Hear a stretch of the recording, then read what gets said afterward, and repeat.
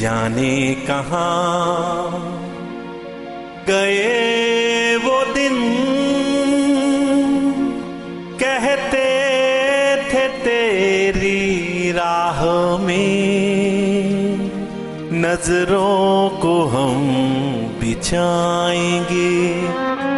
वक्त बदल जाता है, लोग बदल जाते हैं, शहर बदल जाते हैं, लेकिन नहीं बदलते तो यादों के नगर नहीं बदलते। लाहौर एक जमाने में पाकिस्तान का सबसे बड़ा इल्मी और अदबी मरकज समझा जाता था। यहाँ के इल्मी और अदबी मार्कों की गूंज पूरे मुल्क में सुनाई देती थी। माल रोड पर रेस्टोरेंटों का एक पूरा सिलसिला था। कॉफ़ी हाउस अपनी जगह पर बरकरार था, वो बहुत भरा पूरा नज़र आता था और उसमें दानिशवर तबका नज़र आता था और उसमें अदीब तो खाली एक आध दिखाई देता था। मसलन नासिर काज़मी को मैंने पहले कॉफ़ी हाउस ही में देखा। कॉफ़ी हाउस ही के बराबर चीनीज़ रेस्टोरेंट था, वहाँ भी बहुत हम लोग बैठते रहे हैं। सामने डीन रेस्टोरेंट था जहाँ ये बिल्कुल अपोजिट उसके बिलमुकाबिल। माल रोड के एतराफ में वाक़े चाय खानों में हर वक्त अदीबों और शायरों का मेला लगा रहता था। इल्म व अदब की हर नुमाया शख्सियत यहाँ मौजूद थी। मालूम होता था माल रोड के दो रोया इल्म व अदब की एक कहकशां आबाद है। माल रोड पर आगे चलें तो शहजान ओरिएंटल, गार्डिनिया, फिर उससे आगे बढ़े तो स्टैंडर्ड और उसके बिलमुकाबिल उसके शहजान कॉन्टिनेंटल और उससे आगे बढ़े तो एक कैफ़े ओरिएंट हुआ करता था। वो सियाफियों का मरकज़ था, सिर्फ सियाफी उसमें बहुत बैठते थे। अदीबों ने भी फिर उसमें बैठना शुरू किया था, लेकिन वो बहुत जल्दी बंद हो गया। उसके बाद वहाँ एक लॉर्ड्स रेस्टोरेंट खुला, वो बहुत शादाबाद एक अरसे तक रहा। उससे आगे चलें तो वहाँ और भी कई रेस्टोरेंट आते थे। तो और मेरे जहन में जो है जिसमें हम बैठते भी रहे हैं वो था मेट्रो। क़याम पाकिस्तान से पहले लाहौर में ये अरब होटल था, जहाँ दिन रात इल्मी और अदबी महफिलें बर्पा होती थीं। ये होटल मामूली दर्जे का होटल था, लेकिन यहाँ चाय की प्याली में जो तूफान उठते उनका शोर सिर्फ अरब होटल में नहीं पूरे शहर में सुनाई देता।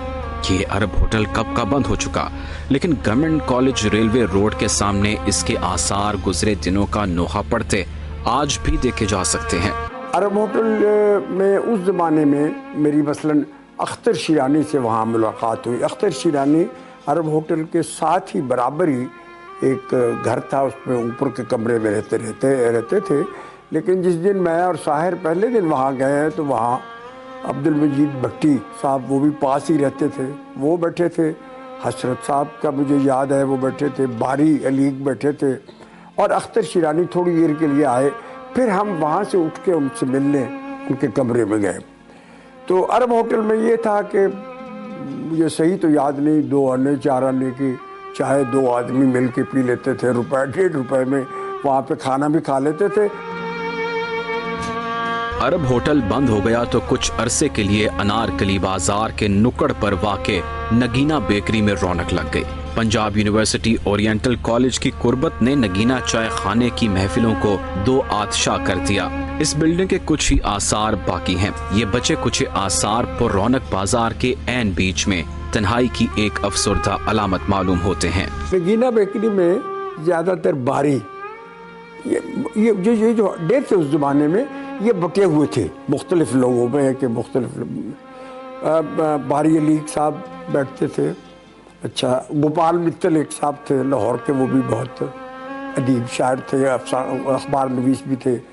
तो इकबाल मित्तल, मौलाना सलाहुद्दीन अहमद, इकबाल मित्तल, मौलवी ये बारी साहब, इश्तराकी अदीब बारी और मियाँ मोहम्मद तुफैल जो बाद में जमात इस्लामी के बने सरबराह।